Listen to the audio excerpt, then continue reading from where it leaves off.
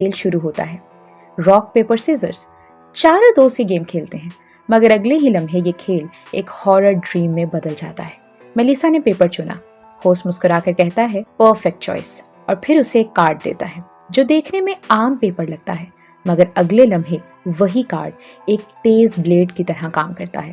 एक ही वार में वो उसके चेहरे को कट कर देता है। जेम्स ने सीजर्स कहा था। होस्ट ने हंसते हुए उसकी एक उंगली काट दी और खून टपकने लगा। मैथ्यू ने रॉक चुना, तो होस्ट ने जवाब में वाकई एक पत्थर उठाया और पूरी स्ट्रेंथ से उसके चेहरे पर दे मारा। आखिर में एशली की बारी आती है और डरी हुई मगर स्ट्रॉन्ग आवाज में बोलती है, शूट। होस्ट उसकी तरफ बंदूक तानता है। सब सांस रोक लेते हैं, लेकिन जैसे ही वो ट्रिगर दबाता है, एक क्लिक की आवाज आती है और बंदूक से फायर फ्लेम निकलता है। ये गन नहीं, लाइटर होता है। अनीता की जान बच जाती है, मगर रूम में खौफ और बढ़ जाता है। लाइट्स एकदम डिम